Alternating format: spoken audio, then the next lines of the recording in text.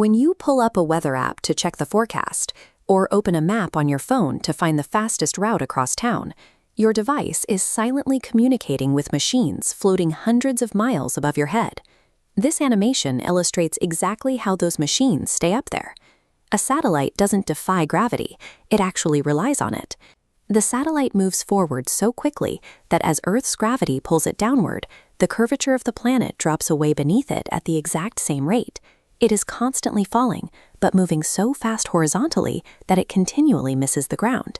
India entered this orbital space in 1975 with Aryabhata, the nation's first satellite.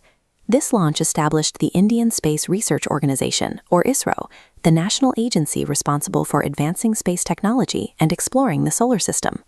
Today, ISRO operates highly specialized machines for almost any task. Cartosat, for example, is a series of Earth observation satellites that capture high-resolution images used for city planning and disaster management. Looking outward, Astrosat serves as a dedicated space observatory, analyzing X-rays and ultraviolet light from distant stars and galaxies. These orbital machines coordinate global shipping, synchronize financial networks, and warn us about approaching hurricanes. They form the invisible, essential infrastructure powering modern human civilization. You don't need a smartphone, a high-powered telescope, or a degree in astrophysics to witness this technology in action. You simply have to step outside and look up. Just after sunset or right before sunrise, you can often spot the International Space Station, a massive habitable research laboratory passing overhead.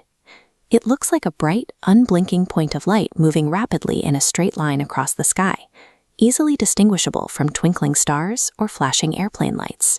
When you track that silent dot gliding through the twilight, you are looking at an object the size of a football field.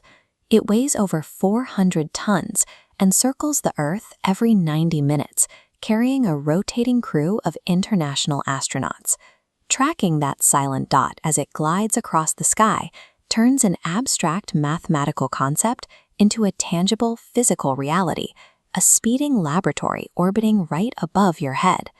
But while the ISS flies by safely today, the region right above our atmosphere is dangerously crowded. This diagram reveals the growing scale of space debris.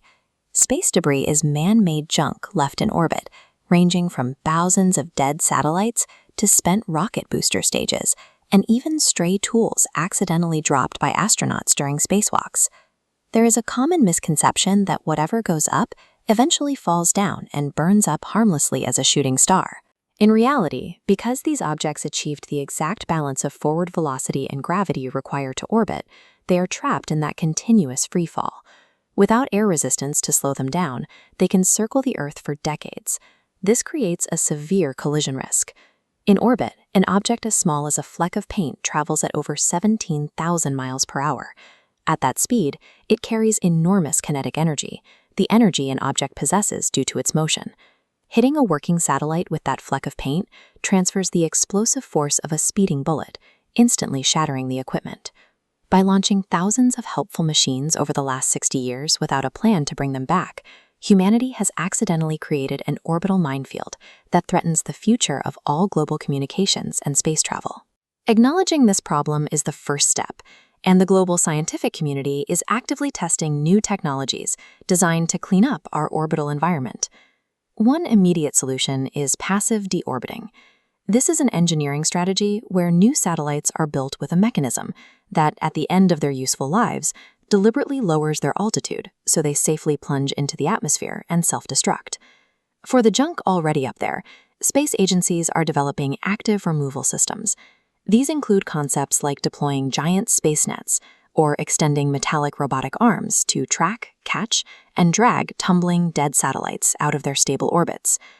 Because there are no borders in low Earth orbit, deploying these massive cleanup systems requires immense international cooperation.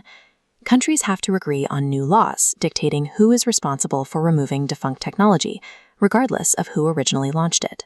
Mastering the orbital environment depends on the responsible, sustainable stewardship of the space above our clouds, ensuring it remains useful for future generations. Solving global challenges like orbital debris requires a public that understands the science behind it. But visualizing the complex math of orbits and the massive scale of the universe from down on the ground can be incredibly difficult. That is why facilities like the Nehru Planetarium serve as the ultimate classroom. A planetarium is a specialized theater built specifically for projecting accurate simulations of the night sky, planets, and cosmic phenomena. Inside these domes, the intimidating vastness of space becomes accessible. Through immersive projections and guided telescopic observations, students can intuitively grasp the celestial mechanics that govern the movement of satellites and stars. These institutions carry forward the vision of pioneers like Dr. APJ. Abdul Kalam, an aerospace scientist and former president of India, who played a crucial role developing the nation's satellite launch vehicles. He firmly believed that advanced space technology must always serve and educate the public. By managing our orbital environment and seeking knowledge in planetariums, today's students are gaining the tools to navigate and protect the future of human spaceflight.